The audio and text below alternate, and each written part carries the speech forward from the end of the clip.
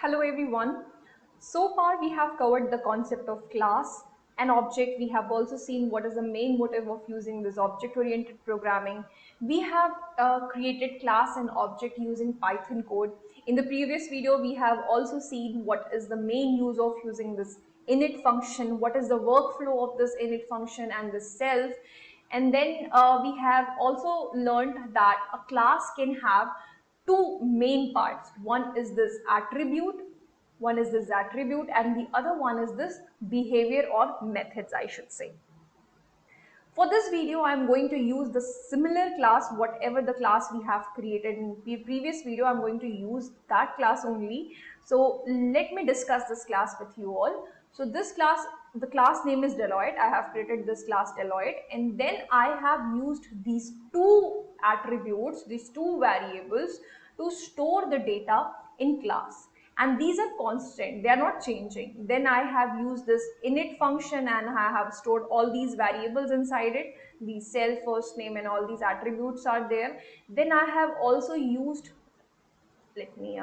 then I have also used this function, and what it is doing, it is converting the salary which I have provided in INR into US dollar. So this is converting the salary into US dollar for a particular employee, right? Then I have also created these two objects, employee 1 and employee 2, and I have passed these values as these information of employees as arguments. So now in this video we will see what all types of attributes, what all types of variables a class can have. Let us go to this notebook. There are two types of variables, there are two types of attributes a class can have. A class can have this class variable, and a class can have this object variable or instance variables. More or less, this instance variable is commonly used, and for the rest of the video we are going to use object variables as instance variables. We will discuss this class variable first. So let us go to my PyCharm. Point 1 about class variable. In this program, these two variables are my class variables. They are independent of the object. This is point number 1 for class variable, that these are independent of objects. No matter how many objects we create, these values are not going to change on its own. Let us check this. Suppose I want to print the country for my employee 1. I want to print the country for my employee 1. And I also want to print the country for my employee 2. Because these objects I have created, right? So if I do this and if I try to print, I will get India, right? So the values are same. The country value is same. Why? Because this is my class variable and this is independent of my objects. Second point about class variables, that you can access these class variable using class reference. Let us see how we can do this. So what I have to do, I have to use the class and then I can use this. And if I print this, I will get India. I am not supposed to use every time the object. If I want to access my class variable, I can also access my class variable using this class reference. Third point, class variables can also be created using this. Let us see, self dot underscore underscore class underscore underscore dot, and then you can have like branch. Let us suppose I want it to be for my Hyderabad branch. Okay. This is another way to create my class variable.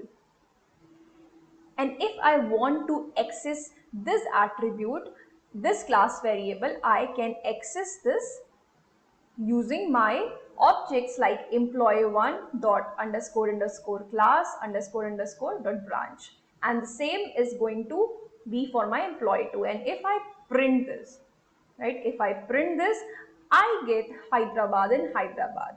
So we have seen two ways to create class variable. One is directly by using the variable name, and other one is by using the self dot underscore underscore class underscore underscore dot the variable name. Now the last point to discuss about class variable is that how we can change the value stored in a class variable. So there are basically three ways. So the first way is a direct way using assignment operator and instance of the class. Second way is direct way, again using assignment operator and class reference. Okay, and the last way, this third way is using class method. Now what class method is, what is the functionality of this class method, how does this class method works, all these we will discuss in the coming videos, because this topic in itself is too complex to be discussed in this video. So let us go back to our PyCharm, which I have cleaned for you all. So I have removed the unwanted line of codes from this complete program. Take a pause, look at the code, and then come back to the video. So I am going to use this first approach, which is direct way of using assignment operator and instance to change the value of the class variable. So suppose I want to change the value of this employee one, the country, like I want to change the value of country for this employee one, and I want to make it for Canada, right? From India, I am relocating this employee one to Canada. Now, if I'll print this, if I will print this employee one, country for my employee one, country, and country for my employee two, country for my employee two. Let us see what the output is coming. So the output is coming Canada for my employee 1 and India for my employee 2. So this way, if I am using this assignment operator and the instance name is employee 1. If I am using this way, then only the value only the country value for employee 1 gets changed. Employee 2 dot country will remain unchanged. Now I will use the second method of changing the values stored in my class variable, which is using assignment operator and class reference. So my class is Deloitte. I'm using this class reference, and then what I am doing, I'm trying to change the country. I'm trying to change the country for my Deloitte.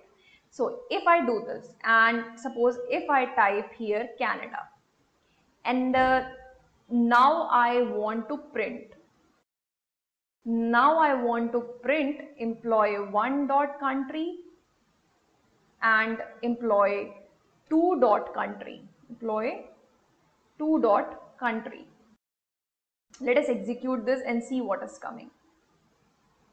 This time, I think, oops, should be this way.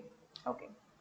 So now if I execute this, I get Canada, Canada, right? So if I am changing the value of my class variable using the class reference, then this value, this Canada is going to be is going to be same for all the objects which I create, because I am directly changing. This class variable is created at my class level. So if I will change this using my class reference, then this Canada will be same for all the objects. In the previous example, what I was doing, I was changing the value, and that value was specific to the specific object. This time, this is going to be general for all the objects. Even if I create here another object, let me show you. So this employee 3 I have created this object, and if I am executing this, I am again getting Canada. So no matter when you create the object, if you are creating the object before doing this change, or if you are creating the object after doing this change, the value is going to be same. This Canada is going to be same for all the objects for country variable. So I hope this is clear. If not, just pause it here and revise this concept of changing the value. So now third and the last way of changing the value of class variable using class method. Again, do not worry, we'll discuss this in the coming video. So I have created this function def change branch. What it is doing, changing the value stored in this class variable, which is right now Hyderabad. And I could have done the same for this country variable as well, but I wanted to show you for this. So what I am going to do, I am going to use my object to call this function object1 employee1. So salary into this change branch, right? So I'm going to use this and I'm going to pass my Gurugram branch of Deloitte in India. Gurugram, right? This branch. Now if I print the employee one dot, let me do this. So now if I check the branch for my employee 1 and employee 2, I will get Gurugram and Gurugram for both these objects.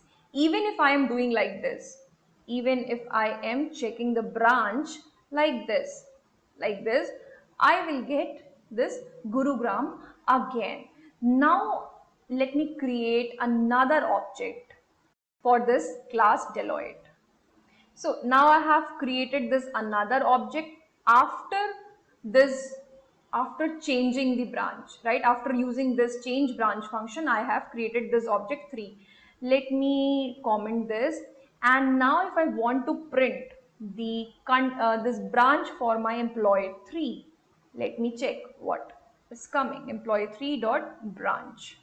If I am doing this, let me check. First, let me clear this.